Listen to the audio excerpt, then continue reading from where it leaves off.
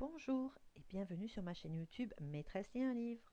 Aujourd'hui, je vous lis les chapitres 31 et 32 du roman Le Tour du monde en 80 jours de Jules Verne. Chapitre 31, dans lequel l'inspecteur Fix prend très sérieusement les intérêts de Phileas Fogg.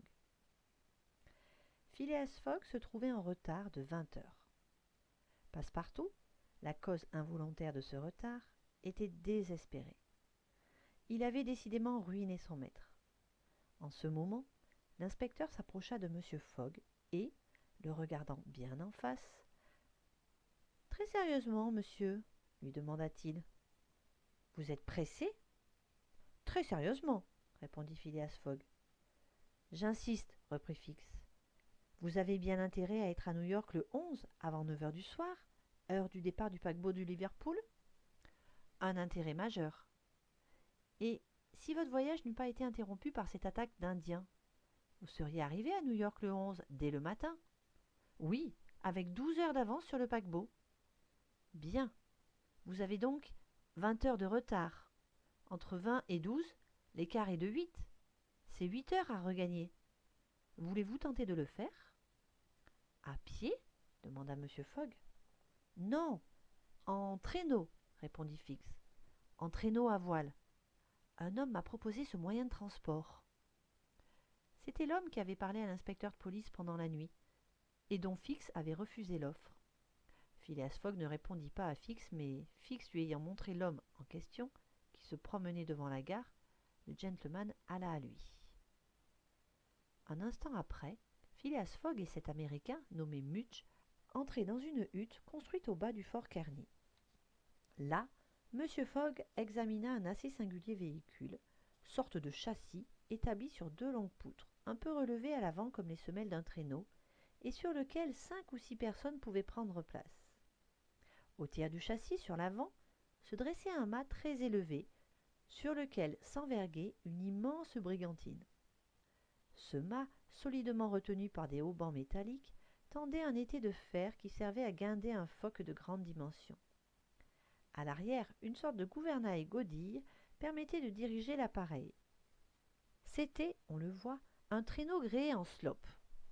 Pendant l'hiver, sur la plaine glacée, lorsque les trains sont arrêtés par la neige, ces véhicules font des traversées extrêmement rapides d'une station à l'autre. Ils sont d'ailleurs prodigieusement voilés, plus voilés même que ne peut l'être un cotre de course exposé à chavirer. Et vent arrière, ils glissent à la surface des prairies avec une rapidité égale, sinon supérieure, à celle des express.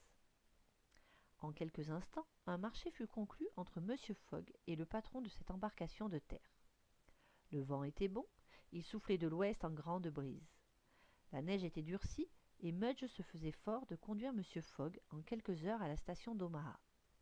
Là, les trains sont fréquents et les voies nombreuses, qui conduisent à Chicago et à New York.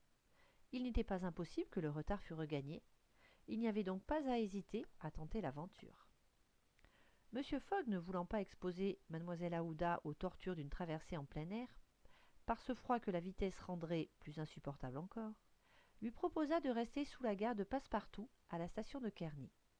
L'honnête garçon se chargerait de ramener la jeune femme en Europe par une route meilleure et dans des conditions plus acceptables. Mlle Aouda refusa de se séparer de M. Fogg, et Passepartout se sentit très heureux de cette détermination. En effet, pour rien au monde il n'eût voulu quitter son maître, puisque Fix devait aussi l'accompagner. Quant à ce que pensait alors l'inspecteur de police, ce serait difficile à dire. Sa conviction avait-elle été ébranlée par le retour de Phileas Fogg, ou bien le tenait-il pour un coquin extrêmement fort qui, son tour du monde accompli, devait croire qu'il serait absolument en sûreté en Angleterre ? Peut-être l'opinion de Fix touchant Phileas Fogg était-elle en effet modifiée. Mais il n'en était pas moins décidé à faire son devoir et, plus impatient que tout, à presser de tout son pouvoir le retour en Angleterre. À 8 heures, le traîneau était prêt à partir. Les voyageurs, on serait tenté de dire les passagers, y prenaient place et se serraient étroitement dans leur couverture de voyage. Les 2 immenses voiles étaient hissées, et sous l'impulsion du vent, le véhicule filait sur la neige durcie avec une rapidité de 40 milles à l'heure. La distance qui sépare le fort Kearny d'Omaha est en droite ligne, à vol d'abeille, comme disent les Américains, de 200 milles au plus. Si le vent tenait, en 5 heures, cette distance pouvait être franchie. Si aucun incident ne se produisait, à 1 heure après-midi, le traîneau devait avoir atteint Omaha. Quelle traversée! Les voyageurs, pressés les uns contre les autres, ne pouvaient se parler. Le froid, accru par la vitesse, leur eût coupé la parole. Le traîneau glissait aussi légèrement à la surface de la plaine qu'une embarcation à la surface des eaux, avec la houle en moins. Quand la brise arrivait en rasant la terre, il semblait que le traîneau fût enlevé du sol par ses voiles, vastes ailes d'une immense envergure. Mudge, au gouvernail, se maintenait dans la ligne droite et, d'un coup de godille, il rectifiait les embardées que l'appareil tendait à faire. Toute la toile portée, le foc avait été perqué et n'était plus abrité par la brigantine. Un mât de hune fut guindé et une flèche tendue au vent ajouta sa puissance d'impulsion à celle des autres voiles. On ne pouvait l'estimer mathématiquement, mais certainement la vitesse du traîneau ne devait pas être moindre de 40 milles à l'heure. « Si rien ne casse, dit Mudge, nous arriverons. » Et Mudge avait intérêt à arriver dans le délai convenu, car M. Fogg, fidèle à son système, l'avait alléché par une forte prime. La prairie, que le traîneau coupait en ligne droite, était plate comme une mer. On eût dit un immense étang glacé. Le railroad, qui desservait cette partie du territoire, remontait du sud-ouest au nord-ouest par Grandasland, Columbus, ville importante de Nebraska, Schuyler, Fremont, puis Omaha. Il suivait pendant tout son parcours la rive droite de Platter Rive. Le traîneau, abrégeant cette route, prenait la corde de l'arc décrite par le chemin de fer. Mudge ne pouvait craindre d'être arrêté par le Platte River et ce petit coude qu'elle fait en avant de Fremont, puisque ses eaux étaient glacées. Le chemin était donc entièrement débarrassé d'obstacles et Phileas Fogg n'avait donc que 2 circonstances à redouter. Une avarie à l'appareil, un changement ou une tombée du vent. Mais la brise ne mollissait pas, au contraire. Elle soufflait à courber le mât, que les hauts bancs de fer maintenaient solidement. Ces filins métalliques, semblables aux cordes d'un instrument, résonnaient comme si un archet eût provoqué leur vibration. Le traîneau s'enlevait au milieu d'une harmonie plaintive, d'une intensité toute particulière. « Ces cordes donnent la quinte et l'octave, dit M. Fogg. » Et ce furent les seules paroles qu'il prononça pendant cette traversée. Mademoiselle Aouda, soigneusement empaquetée dans les fourrures et les couvertures de voyage, était, autant que possible, préservée des atteintes du froid.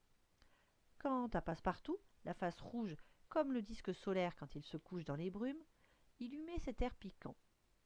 Avec le fond d'imperturbable confiance qu'il possédait, il s'était repris à espérer. Au lieu d'arriver le matin à New York, on y arriverait le soir, mais il y avait encore quelques chances pour que ce fût avant le départ du paquebot de Liverpool. Passepartout avait même éprouvé une forte envie de serrer la main de son allié fixe. Il n'oubliait pas que c'était l'inspecteur lui-même qui avait procuré le traîneau à voile, et par conséquent le seul moyen qu'il eût de gagner Omaha en temps utile. Mais par on ne sait quel pressentiment, il se tint dans sa réserve accoutumée. En tout cas, une chose que Passepartout n'oublierait jamais, c'était le sacrifice que M. Fogg avait fait, sans hésiter, pour l'arracher aux mains des Sioux. À cela, M. Fogg avait risqué sa fortune et sa vie. Non, son serviteur ne l'oublierait pas. Pendant que chacun des voyageurs se laissait aller à des réflexions si diverses, le traîneau volait sur l'immense tapis de neige. S'il passait quelques creeks, affluents ou sous-affluents de la Little Blue River, on ne s'en apercevait pas. Les champs et les cours d'eau disparaissaient sous une blancheur uniforme. La plaine était absolument déserte, comprise entre l'Union Pacific Road et l'embranchement qui doit réunir Kearney à Saint-Joseph. Elle formait comme une grande île inhabitée. Pas un village, pas une station, pas même un fort. De temps en temps, on voyait passer comme un éclair quelques arbres grimaçants, dont le blanc squelette se tordait sous la brise. Parfois, des bandes d'oiseaux sauvages s'enlevaient du même vol. Parfois aussi, quelques loups de prairie, en troupes nombreuses, maigres, affamés, poussés par un besoin féroce, luttaient de vitesse avec le traîneau. Alors Passepartout, le revolver à la main, se tenait prêt à faire feu sur les plus rapprochés. Si quelque accident eût alors arrêté le traîneau, les voyageurs, attaqués par ces féroces carnassiers, auraient couru les plus grands risques. Mais le traîneau tenait bon, il ne tardait pas à prendre de l'avance et bientôt toute la bande hurlante restait en arrière. À midi, Mudge reconnut à quelque indice qu'il passait le cours glacé de Platte River. Il ne dit rien, mais il était déjà sûr que, 20 milles plus loin, ils auraient atteint la station d'Omaha. Et en effet, il n'était pas une heure que ce guide habile, abandonnant la barre, se précipitait aux drisses des voiles et les emmenait en bande, pendant que le traîneau, emporté par son irrésistible élan, franchissait encore un demi-mille à sec de toile. Enfin il s'arrêta, et Mudge, montrant un amas de toits blancs de neige, disait « Nous sommes arrivés !» Arrivés ? Arrivés, en effet, à cette station qui, par des trains nombreux, est quotidiennement en communication avec l'Est des États-Unis. Passepartout et Fix avaient sauté à terre et secoué leurs membres engourdis. Ils aidèrent M. Fogg et la jeune femme à descendre du traîneau. Phileas Fogg régla généreusement avec Mudge, auquel Passepartout serra la main comme à un ami, et tous se précipitèrent vers la gare d'Omaha. C'est à cette importante cité du Nebraska que s'arrête le chemin de fer du Pacifique proprement dit, qui met le bassin du Mississippi en communication avec le grand océan. Pour aller d'Omaha à Chicago, le Railroad, sous le nom de Chicago Rhode Island Road, court directement dans l'est en desservant 50 stations. Un train direct était prêt à partir. Phileas Fogg et ses compagnons n'eurent que le temps de se précipiter dans un wagon. Ils n'avaient rien vu d'Omaha, mais Passepartout s'avoua à lui-même qu'il n'y avait pas lieu de le regretter, et que ce n'était pas de voir qu'il s'agissait. Avec une extrême rapidité, ce train passa dans l'État d'Iowa par Council Bluff, Des Moines, Iowa City. Pendant la nuit, il traversait le Mississippi à Davenport, et par Rock Island, il entrait dans l'Illinois. Le lendemain, 10, à 4 heures du soir, il arrivait à Chicago, déjà relevé de ses ruines, et plus fièrement assise que jamais sur les bords de son beau lac Michigan. 900 milles séparaient Chicago de New York. Les trains ne manquaient pas à Chicago. M. Fogg passa immédiatement de l'un dans l'autre. La fringante locomotive du Pittsburgh Fort Wayne Chicago Railroad partit à toute vitesse, comme si elle eût compris que l'honorable gentleman n'avait pas de temps à perdre. Elle traversa comme un éclair l'Indiana, l'Ohio, la Pennsylvanie, le New Jersey, passant par des villes aux noms antiques, dont quelques-unes avaient des rues et des tramways, mais pas de maisons encore. Enfin, l'Hudson apparut, et le 11 décembre, à 11h15 du soir, le train s'arrêtait dans la gare, sur la rive droite du fleuve, devant le pied même des steamers de la ligne Cunard, autrement dit British and North American Royal Mail Steam Pocket Co. Le China, à destination de Liverpool, était parti depuis 45 minutes. Chapitre 32, dans lequel Phileas Fogg engage une lutte directe contre la mauvaise chance. En partant, le China semblait avoir emporté avec lui le dernier espoir de Phileas Fogg. En effet, aucun des autres paquebots qui font le service direct entre l'Amérique et l'Europe, ni les transatlantiques français, ni les navires du White Star Line, ni les steamers de la compagnie Imman, ni ceux de la ligne hambourgeoise, ni autres, ne pouvaient servir les projets du gentleman. En effet, le Pereire de la compagnie transatlantique française, dont les admirables bâtiments égalent en vitesse et surpassent en confortable tous ceux des autres lignes sans exception, ne partait que le surlendemain, 14 décembre. Et d'ailleurs, de même que ceux de la compagnie hambourgeoise, ils n'allaient pas directement à Liverpool ou à Londres, mais au Havre, et cette traversée supplémentaire du Havre à Southampton, en retardant Phileas Fogg, eût annulé ses derniers efforts. Quant au paquebot Imman, dont l'un, le City of Paris, mettait en mer le lendemain, il n'y fallait pas songer. Ces navires sont particulièrement affectés au transport des immigrants, leurs machines sont faibles, ils naviguent autant à la voile qu'à la vapeur, et leur vitesse est médiocre. Ils employaient à cette traversée de New York à l'Angleterre plus de temps qu'il n'en restait à M. Fogg pour gagner son pari. De tout ceci, le gentleman se rendit parfaitement compte en consultant son Bradshaw, qui lui donnait, jour par jour, les mouvements de la navigation transocéanienne. Passepartout était anéanti. Avoir manqué le paquebot de 45 minutes, cela le tuait. Mais c'était sa faute à lui, qui, au lieu d'aider son maître, n'avait cessé de semer des obstacles sur sa route. Et quand il revoyait dans son esprit tous les incidents du voyage, quand il supputait les sommes dépensées en pure perte et dans son seul intérêt, quand il songeait que cet énorme pari, en y joignant les frais considérables de ce voyage devenu inutile, ruinait complètement M. Fogg, il s'accablait d'injures. M. Fogg ne lui fit cependant aucun reproche, et, en quittant le pied des paquebots transatlantiques, il ne dit que ces mots. « Nous aviserons demain. Venez. » M. Fogg, Mademoiselle Aouda, Fix, Passepartout traversèrent l'Hudson dans le Jersey City Ferryboat et montèrent dans un fiacre qui les conduisit à l'hôtel Saint-Nicolas dans Broadway. Des chambres furent mises à leur disposition et la nuit se passa, courte pour Phileas Fogg qui dormit d'un sommeil parfait, mais bien longue pour Mademoiselle Aouda et ses compagnons, auxquels leur agitation ne permit pas de reposer. Le lendemain, c'était le 12 décembre. Du 12, 7 heures du matin, au 21, 8h45 du soir, il restait 9 jours, 13 heures et 45 minutes. Si donc Phileas Fogg fut parti la veille par le China, l'un des meilleurs marcheurs de la ligne Cunard, il serait arrivé à Liverpool, puis à Londres, dans les délais voulus. M. Fogg quitta l'hôtel, seul, après avoir recommandé à son domestique de l'attendre et de prévenir Mademoiselle Aouda de se tenir prête à tout instant. M. Fogg se rendit aux rives de l'Hudson, et parmi les navires amarrés au quai ou ancrés dans le fleuve, il rechercha avec soin ceux qui étaient en partance. Plusieurs bâtiments avaient leur guidon de départ et se préparaient à prendre la mer à la marée du matin, car dans cet immense et admirable port de New York, il n'est pas de jour où 100 navires ne fassent route pour tous les points du monde. Mais la plupart étaient des bâtiments à voile, et ils ne pouvaient convenir à Phileas Fogg. Ce gentleman semblait devoir échouer dans sa dernière tentative, quand il aperçut, mouillé devant la batterie, à une encablure au plus, un navire de commerce à hélice, de forme fine, dont la cheminée, laissant échapper de gros flocons de fumée, indiquait qu'il se préparait à appareiller. Phileas Fogg héla un canot, s'y embarqua, et, en quelques coups d'aviron, il se trouvait à l'échelle de l'Henrietta, steamer à coque de fer, dont tous les hauts étaient en bois.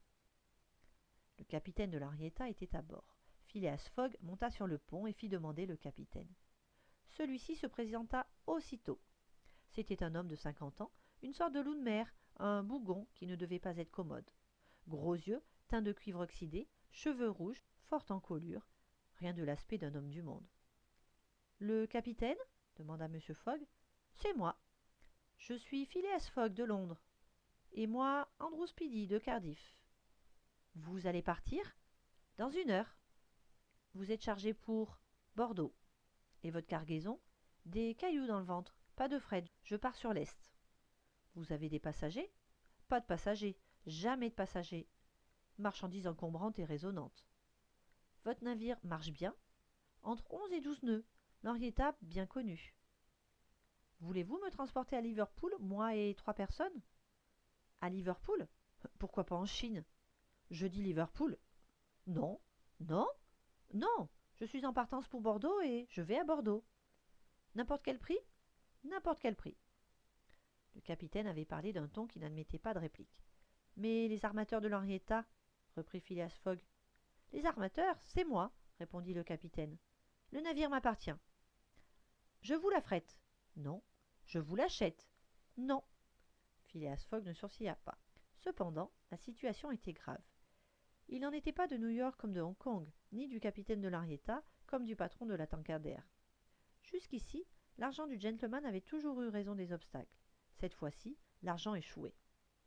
Cependant, il fallait trouver le moyen de traverser l'Atlantique en bateau, à moins de le traverser en ballon, ce qui eût été fort aventureux, et ce qui d'ailleurs n'était pas réalisable. Il paraît pourtant que Phileas Fogg eut une idée, car il dit au capitaine « Eh bien, voulez-vous me mener à Bordeaux ? Non, car même vous me paierez 200 $. Je vous en offre 2000. Par personne ? Par personne. Et vous êtes 4 ? 4. Le capitaine Speedy commença à se gratter le front, comme s'il eût voulu en arracher l'épiderme. 8000 $ à gagner, sans modifier son voyage. Cela valait bien la peine qu'il mît de côté son antipathie prononcée pour toute espèce de passager. Des passagers à 2000 $, d'ailleurs, ce ne sont plus des passagers, c'est de la marchandise précieuse. « Je pars à 9 heures, dit simplement le capitaine Speedy. Et si vous et les vôtres, vous êtes là ? À 9 heures, nous serons à bord, répondit non moins simplement M. Fogg. Il était 8h30. Débarquer de l'Henrietta, monter dans la voiture, se rendre à l'hôtel Saint-Nicolas et ramener Mademoiselle Aouda, Passepartout et même l'inséparable Fix, auquel il offrait gracieusement le passage. Cela fut fait par le gentleman avec ce calme qui ne l'abandonnait en aucune circonstance. Au moment où l'Henrietta appareillait, tous les 4 étaient à bord. Lorsque Passepartout apprit ce que coûterait cette dernière traversée, il poussa un de ces « Oh !» prolongés qui parcourt tous les intervalles de la gamme chromatique descendante. Quant à l'inspecteur Fix, il se dit que décidément, la Banque d'Angleterre ne sortirait pas indemne de cette affaire. En effet, en arrivant et en admettant que le sieur Fogg n'en jeta pas encore quelques poignées à la mer, plus de 7000 livres manqueraient au sac à banknotes. Voilà, c'est terminé. J'espère que ça vous a plu.